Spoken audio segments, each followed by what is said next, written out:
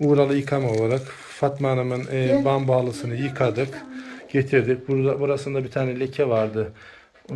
Büyük bir leke vardı. Hem püskülünde vardı hem de karşı tarafında biraz vardı. Küçük küçük vardı. Hepsi çıktı. Şimdi kendisi de yanımızda. Soracağız ona ki işte kendi öneriyle verdiniz bize. Uğralı yıkamadan memnun kaldınız mı diye.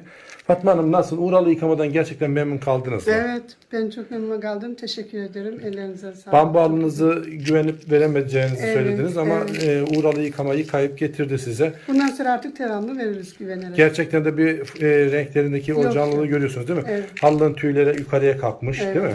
evet. Damarları belli oluyor. Evet, çok güzel. Ellerinize sağlık. Memnun oldum. Tekrar inşallah gelince size veririz. İyi ki uğralı yıkamayı yıkattım diyor Evet, musunuz? evet, aynen. Evet.